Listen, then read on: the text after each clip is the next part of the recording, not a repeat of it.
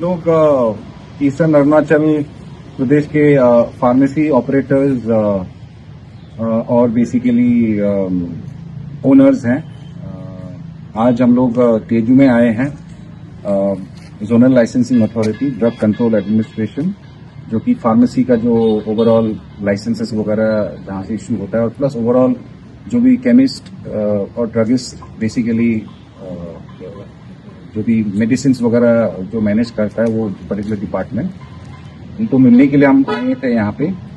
तो हम लोगों ने आज ये एक रिप्रेजेंटेशन, बेसिकली एक मेमोरेंडम सबमिट किया इनको। मेन मुद्दा बेसिकली ये चल रहा है कि रिसेंटली एक नोटिफिकेशन दिया गया था फ्रॉम द डिपार्टमेंट ऑफ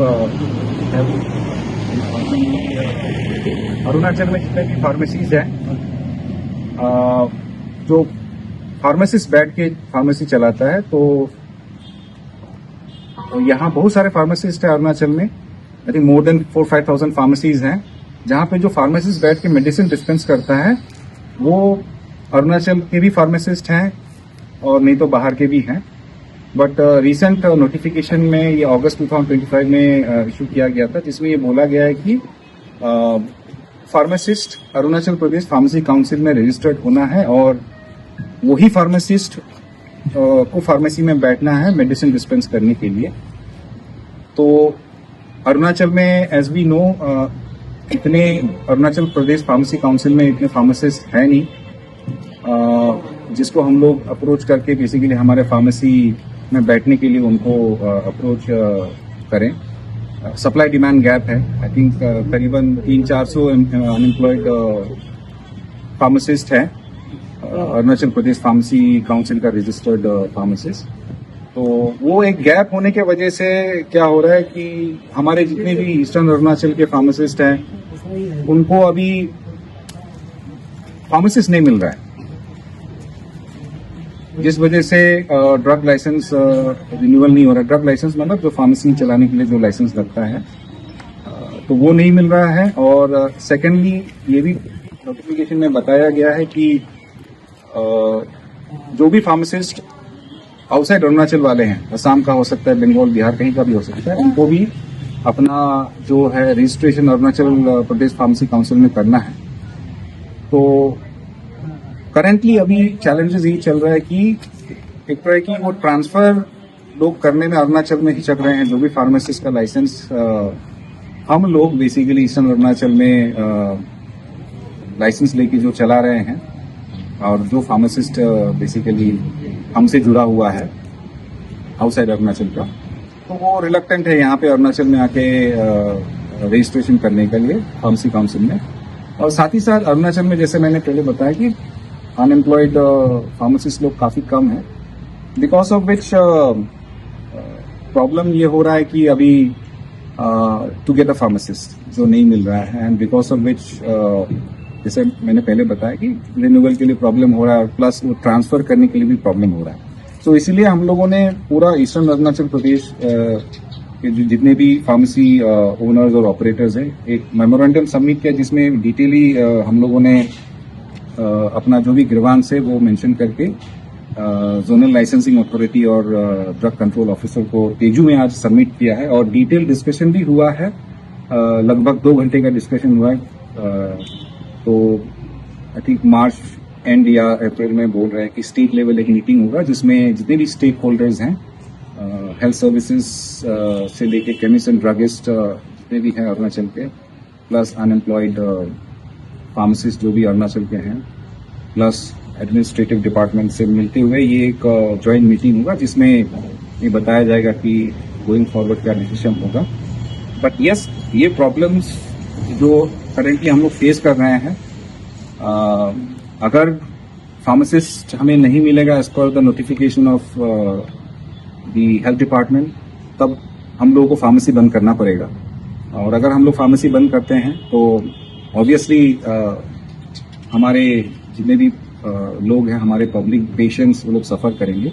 हम लोग नहीं चाहते हैं कि वो हो, इसीलिए हम लोगों ने ये मेमोरेंडम आज सबमिट किया है दोनों मैडम से। और उनसे डिस्कशन करके ये लग रहा है कि हाँ, स्टेट लेवल पे तो डिस्कशन जब होगा, एक डिटेल डिस्कशन करते हुए कुछ ना कुछ समाधान निकलेगा। और प्लस ईस्टर्न अरुणाचल तो ऐसा एक ज्योग्राफी है, सभी को पता है कि पॉपुलेशन वाइज हम लोग का आबादी इतना है नहीं यहाँ पे। जो भी फार्मेसीज हम लोग यहाँ पे हम लोगों ने खोला है, बहुत कम पॉपुलेशन वाला एरिया में भी खोला है।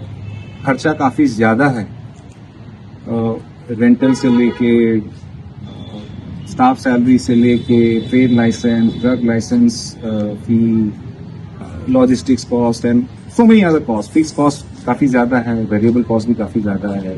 मेडिसिन एक्सपायरी होता है और जो भी सप्लायर हो मेडिसिन एक्सपायर्ड वाला लेता नहीं है, तो काफी प्रॉब्लम में होके भी हमारे जितने भी एसोसिएशन के मेंबर्स है वो फार्मेसी तो चला रहे हैं, बट डिफिकल्टीज है कि अगर फार्मेसिस्ट नहीं मिलेगा, बंद हो जाएगा, पब्लिक भी सफर करेगा। But at the same time अगर फार्मेसिस्ट हमें मिल रहा है तो उसका भी जो एक चार्ज है, आई थिंक वो भी एक रीजनेबल होना चाहिए, ताकि हम लोग जितने भी हमारे अनएम्प्लॉयड यूथ लोग हैं, फार्मासिस्ट लोग हैं, उनको भी हम लोग अकोमोडेट कर सकें।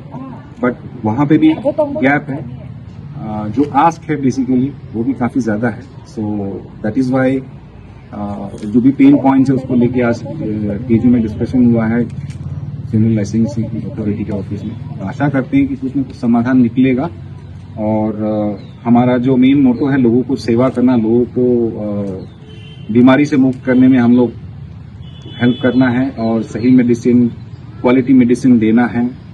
वो हमारा मिशन, हमारा जो मोटो है हमेशा वो एक्टिव रहेगा। हमें वो इसी मोटो के अगेंस्ट में हम लोग काम करेंगे।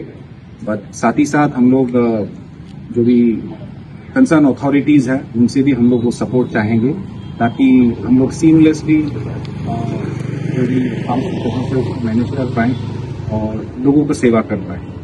यही कहते हुए हमारा ईस्टर्न अरुणाचल प्रदेश जो भी pharmacy clinic and diagnostic operators जो वेलफेयर एसोसिएशन है, हम लोग आशा करते हैं और सोचते हैं कि इसका एक कॉन्क्रीट एक सोल्यूशन निकलेगा, ताकि कोई सफर ना हो, फार्मेसीज भी चले, लोगों को मेडिसिन भी समय पे मिले और हम लोग एक सुंदर अरुणाचल प्रदेश और स्वस्थ हेल्दी स्टेट बनाने में हम लोग कंट्रीब्यूट करें।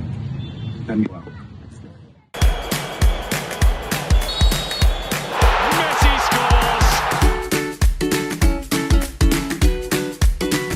Eat Eats, the fastest online food delivery service of Arunachal. Download the app now.